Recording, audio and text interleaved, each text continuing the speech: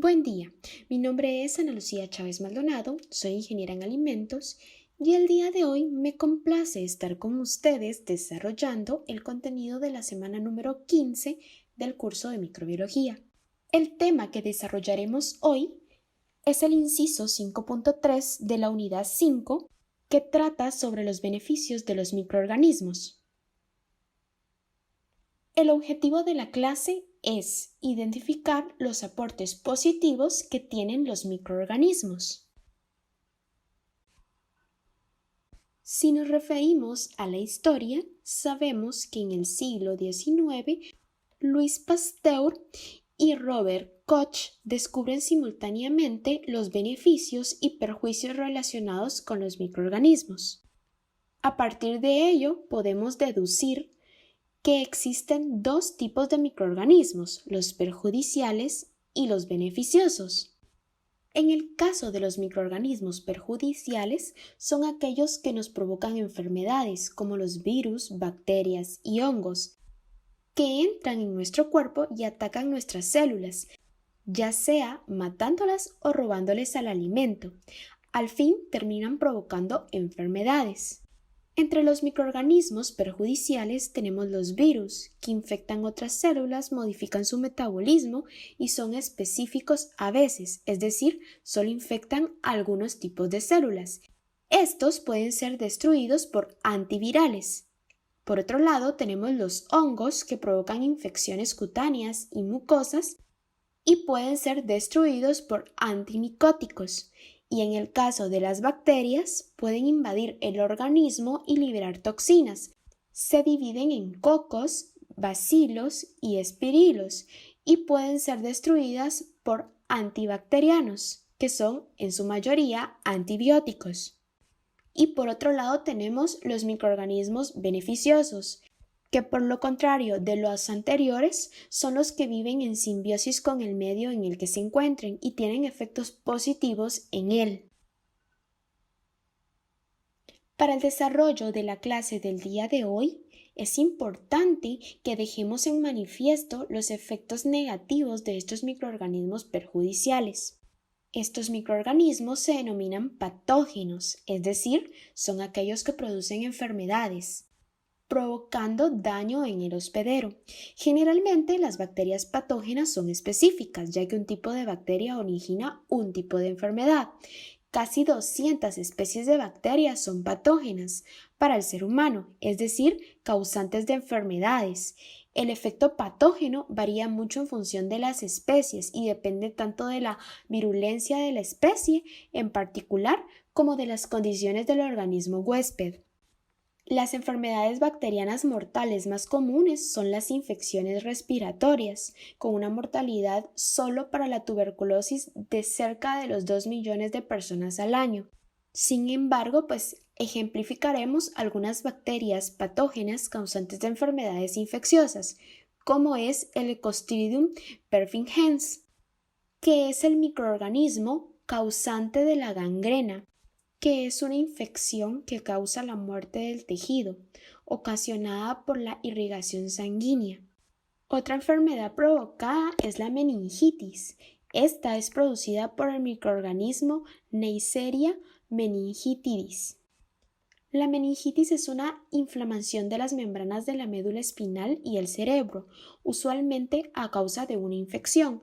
Las bacterias lo que hacen es que bloquean un vaso sanguíneo y causan un émbolo infeccioso. La meningitis suele estar ocasionada por una infección viral, aunque también puede ser bacteriana o fúngica. Otra enfermedad causada por microorganismos y que es muy sonada es la tuberculosis, que es producida por el microorganismo Mycobacterium tuberculosis. Esta es una enfermedad bacteriana infecciosa, potencialmente grave, que afecta principalmente a los pulmones. En el caso de las formas de eliminar estas bacterias es por medio de antibióticos, los cuales son sustancias químicas que inhiben el crecimiento bacteriano o destruyen estos microbios. Otros efectos perjudiciales de los microorganismos patógenos son en los vegetales. La presencia de microorganismos muestran grandes alteraciones. Por ejemplo, tenemos la alteración activa debido a microorganismos patógenos de los vegetales que inician la infección en los productos sanos, cuya calidad sensorial pues disminuye. Por otro lado, tenemos la alteración pasiva o inducida por heridas que los microorganismos oportunistas penetran en los tejidos internos. Ambas alteraciones significan pérdidas significativas para las cosechas. En pantalla se ejemplifican 6 tipos de alteraciones de frutas y verduras, como por ejemplo tenemos la podredumbre blanca bacteriana que es producida por la Erwinia, tenemos la podredumbre mohosa gris que es producida por la Brotitis cinerea, tenemos la podredumbre blanca que es producida por los Rhizopus, tenemos la podredumbre de los extremos de los tallos que es producida por la Diploidea. Y tenemos la podredumbre mohosa verde que es producida por las Cladosporium. Históricamente, los microorganismos han sido vistos de manera negativa, y con los antecedentes o los efectos negativos anteriormente citados, es algo normal debido a la asociación con muchas enfermedades humanas, que se consideran perjudiciales para la salud. Sin embargo, los microorganismos patógenos son un porcentaje muy minoritario dentro del total de microorganismos, la mayoría de los cuales desempeñan papeles absolutamente imprescindibles que, de no existir, harían inviable la vida en la Tierra. Los efectos positivos se encuentran evidenciados en el día a día de nuestras vidas, tales como en las áreas de sanidad, alimentación, agricultura, energía y medio ambiente y la biotecnología. Ahora veamos cada uno de estos efectos positivos en estas áreas. A lo referente en la salud de los humanos, pues los microorganismos beneficiosos para el ser humano son los probióticos, es decir, microbios vivos que pueden incluirse en la preparación de una amplia gama de productos, que incluyen medicamentos, microorganismos beneficiosos en los alimentos y suplementos dietéticos.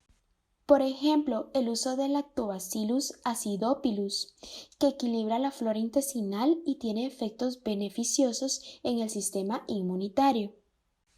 También el uso del Lactobacillus casei, que sirve de promotor del crecimiento y de la viabilidad de los prebióticos. Y el uso del Boulardii, que contribuye a la prevención de la diarrea y tratamiento de la colitis. De manera general, podemos decir que los efectos beneficiosos para la salud de los probióticos incluyen la reducción de la incidencia o gravedad de las infecciones gastrointestinales, la mejora de las defensas del organismo y la mejora de las funciones intestinales. Debido a ello, las bacterias beneficiosas para la salud humana se deben de tener en cuenta como un elemento importante para prevenir y tratar diferentes patologías de nuestro organismo.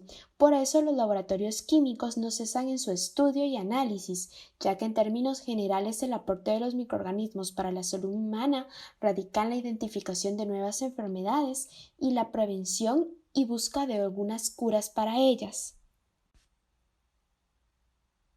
El uso de microorganismos en la ciencia de los alimentos data desde hace varios años, sin comprender bien lo que ocurría, pues las culturas antiguas han utilizado los microorganismos como aliados en la elaboración de diferentes tipos de alimentos. La base de estos procesos casi siempre es la misma, un soporte rico en nutrientes sobre el que un determinado microorganismo se desarrolla y transforma el alimento en otro muy diferente a través de un proceso conocido como fermentación, como por ejemplo en el proceso de elaboración pan, vino y cerveza, en donde se utiliza el género Saccharomyces. En el caso del yogur, en donde se utiliza Streptococcus thermophilus y Lactobacillus bulgaricus, que producen un alimento muy estimado tanto desde el punto de vista gastronómico como nutricional y dietético.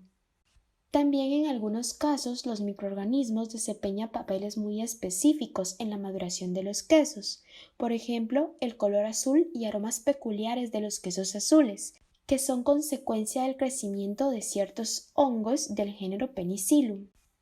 Otro ejemplo es la elaboración de la mantequilla, en donde también hay parte de un proceso microbiológico, en donde es necesario un agriado inicial causado por los llamados estreptococos.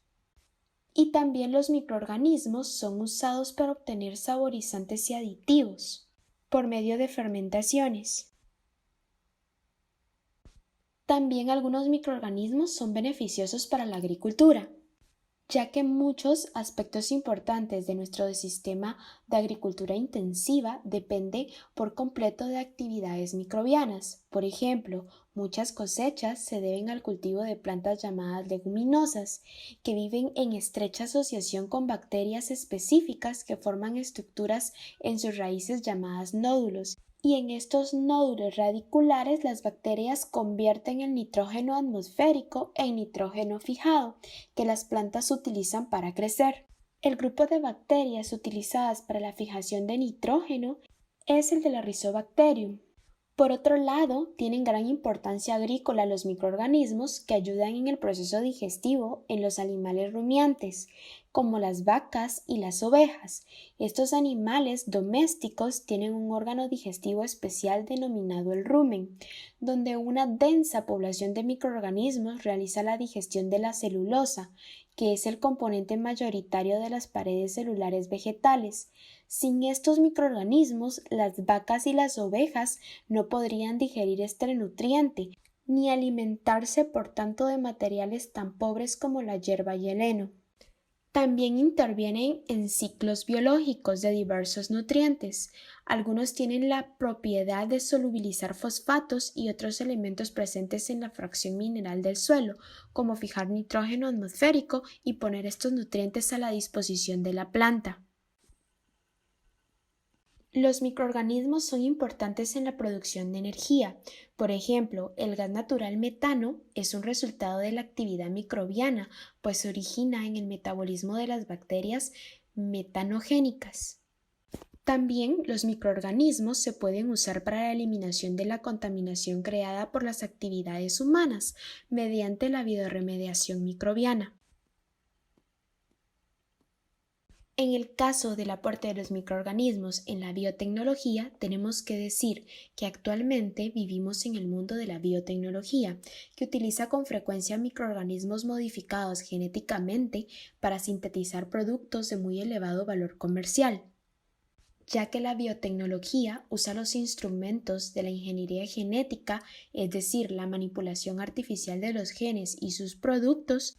Por ejemplo, la insulina humana, que es una hormona producida a muy bajo nivel en pacientes con diabetes, se obtiene en la actualidad de bacterias modificadas que llevan insertado el gen de la insulina humana. Con esto concluimos el desarrollo de la semana número 15 y a partir de ella surgen 3 preguntas, las cuales dicen así: ¿cómo se llaman los microbios vivos que pueden incluirse en la preparación de una amplia gama de productos que incluyen medicamentos, microorganismos benéficos en los alimentos y suplementos dietéticos? Número 2. Mencione un beneficio de los microorganismos en la agricultura. Número 3. Se refiere a toda aplicación tecnológica que utilice sistemas biológicos y organismos vivos o sus derivados para la creación o modificación de productos o procesos para usos específicos. Muy agradecida de antemano por su atención, me despido de ustedes. ¡Feliz día!